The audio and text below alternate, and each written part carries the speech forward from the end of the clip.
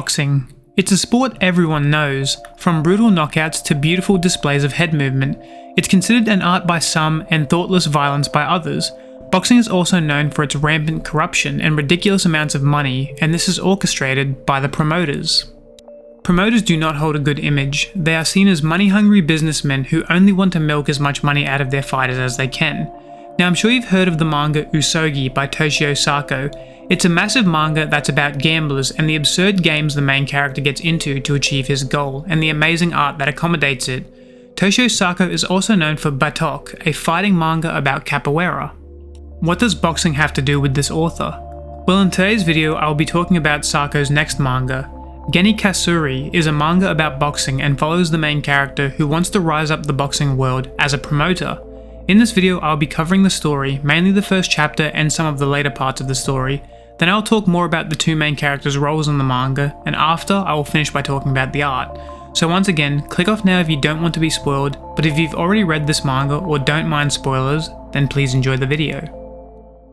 Genikasuri starts with a color page introducing the new series. What's a surefire way to make someone turn away in fear? Something people fear instinctually, even in their earliest memories. It's not a kick or a headbutt, not even a knife or a gun. It's then that we see a bloodied fist. Animals have claws and fangs, and humans have their hands. The hands are the strongest weapon in a human's arsenal. We see one man on the ground, clearly they've gotten into a fight. As long as you go out there and hit people with those wonderful weapons, then you've done your part as a boxer, and that's the only way for you to move up in the world. Boxers are essentially somebody's cash cow. They are trained up and thrown into a fight, and then money rolls in, and all of this is orchestrated by us, the promoters, and we see two dummies being pulled by strings. We cut to a man holding stringed boxes, and he makes them mimic the match that's happening on the TV. We see the man is in a hospital bed, and he notices his tooth is missing. The hospital staff greet the man, whose name is Harima, one of our two main characters. They run some tests, then the doctor asks if he feels any discomfort or if anything feels off in any way, and he says his tooth and notices that he's really hungry and asks the doctor how much longer this exam will take. The doctor says we are already done, but asks Harima what he's craving for, and he says steak. The doctor asks why he wants steak. Harima begins thinking back, and we get a flashback to Harima at a weigh-in. He says he wants steak, but his trainer is telling him that steak will be too much for him after his weight cut and that he should have udon instead, but Harima insists and wants steak. The trainer asks the coach to chime in, but he's distracted watching a horse race where a horse named Batok wins, and that's the name of the author's previous work. The coach tells him that he can have steak. We learn that Harima has been sparring with another boxer named Banjo, and that he has really helped him become a better fighter. His coach gives him some words of encouragement and tells him that he can have all the steak in the world if he wins his next fight. The two fighters face off, and we see Harima is fighting for the title. His opponent raises his fist and tells him not to think that he will let him off with an easy death. The reporters notice Harima's hair stands on end and that it hasn't happened since his debut match. But he isn't nervous, he feels alive and excited for the match. We cut back to the hospital and Harima remembers now he wants his victory steak. But then he remembers the fight, and the doctors fill us in. For the first couple of rounds, they were feeling each other out, but in the third round, they accidentally bashed heads, but Harima came off worse, losing a tooth, and the other boxer took the momentum after that. Harima is still determined to win the fight. He makes a comeback, landing some massive punches, and right when he's beginning to turn the fight around, he remembers someone in the audience saying, "You're going to lose." In the next panel, we see the coach throwing in the towel as Harima is unconscious, being held up by the ref. Harima understands that he lost, and the doctor says it might take a while for his memory to come back. Harima then asks the doctor that if his tooth came out yesterday, then why is the hole sealed, and then he notices that the Olympics are on, and asks what year it is. He grabs the doctor and notices how emaciated his body is. The doctor informs him that he has been in a 2-year coma since the night of his match, and Harima remembers the first day he started boxing. During his first practice, he throws an unorthodox punch that the trainer tries to correct, but the coach notices how accurate Harima hit the pad and tells him not to meddle with his raw instincts. Months later, his father wakes him up during a drive, and Harima tells him that he's going to bring in a lot of money after his title fight, and he won't have to work so hard. His dad tells him he knows how hard he's been training as he sees him twitch when he rests from all the muscle fatigue. His father also wishes he would take easier fights, which Harima doesn't get excited by, and he finds it weak-willed. and then he gets out of the car saying it will help him with cutting weight by walking to the gym, and mentions he doesn't want to end up like his dad. Harima asks the doctor to not tell his dad that he's awake as he couldn't face him right now, and he leaves the hospital. He heads to his boxing gym and notices it's completely empty. He then finds his coach slumped in a chair. He asks his coach what happened to the ring, and he mentions that he sold it. The coach tells him that when he lost, his gym went into ruin, and Harima will never be able to compete again after his operation, and he has to find something else to do.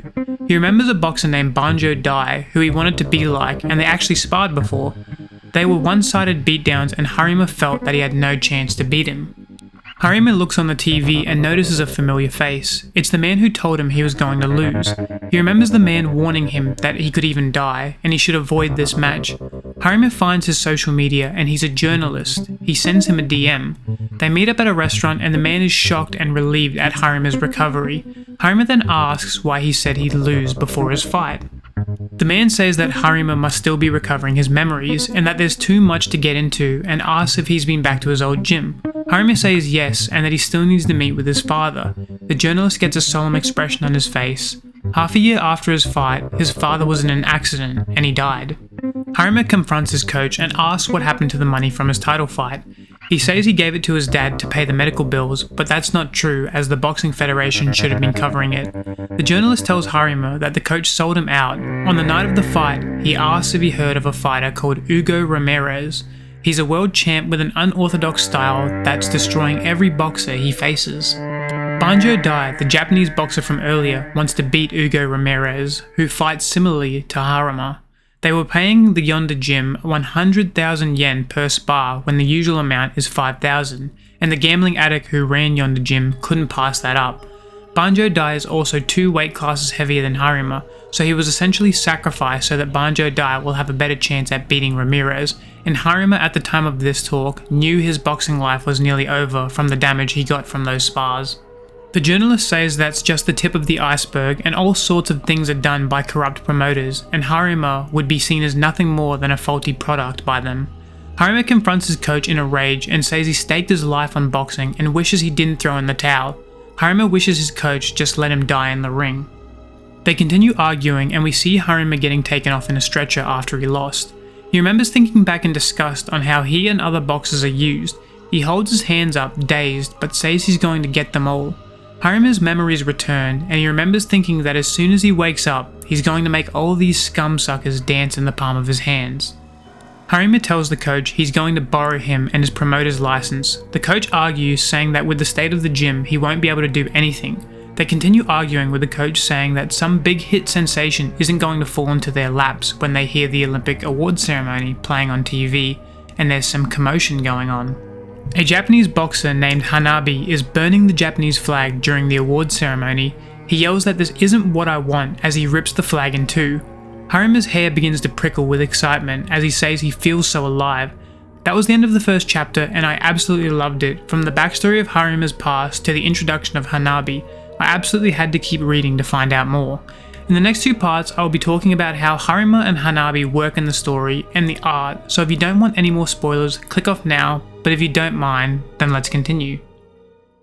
Harima and Hanabi are the heart of this series, and unfortunately I won't be able to go too in depth on their characters as there's only 12 chapters out so far, so these next 2 parts will be brief.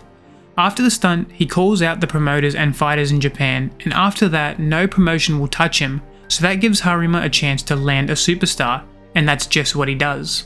Hanabi meets with Yonder to discuss the possibility of signing him, and due to the stunt he pulled with the flag, he actually burned himself. Hanabi begins making demands before he signs, like not wanting any money, just a percentage of the fight's purse money. He also doesn't want to be sponsored. Coach Yonder becomes angry at this point, and Hanabi asks why he even wants to be his promoter, and tells Yonder that he just wants to make money off him, and he calls him a greedy pig. He shares the same train of thought as Harima. Hanabi goes to leave the restaurant but passes Harima, who was listening in, and both of their hairs prickle when they are close to each other, and Harima messaged everything to Yonder that he should say to Hanabi, like asking what he wants to seize in those clenched fists of yours.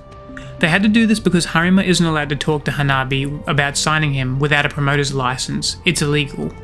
Before he leaves, he asks to fight Banjo Dai as one of his requests. This is the beginning of their partnership, and it's enjoyable as you feel like you're watching the story from the villain's perspective, at least with Hanabi, who is despised by everyone in the boxing world. Watching Hanabi fight in the ring while Harima is fighting another battle outside of it is a very cool dynamic. I won't go spoiling what these two get up to, but I think in the later chapters we will see Hanabi respect Harima more, as unlike other promoters, he actually cares about his boxers. As you will expect from any Toshio Sako manga, the art is gorgeous. I especially love the characters' designs and facial expressions used, whether it's the face contorting after a punch or just some of the characters' reactions. The fights so far have been very cool, but nothing flashy as what you would expect from a Toshio Sako manga, but it is just the first 12 chapters. I'm sure we will get some amazing fights in the future, plus all the colour pages have been stunning so far. I think this manga is a must-read for any fans of fighting manga and especially any fans of Toshio Sako. I expect great things from this manga and I will definitely do a follow-up video when there's more chapters. Watching these two characters rise to the top is shaping up to be a fun underdog story, and I hope in this video I've convinced some of you to try this manga and Toshio Sako's other works. Well, that's it for me. If you enjoyed this video, please like and subscribe, and I'll see you in the next one. Bye!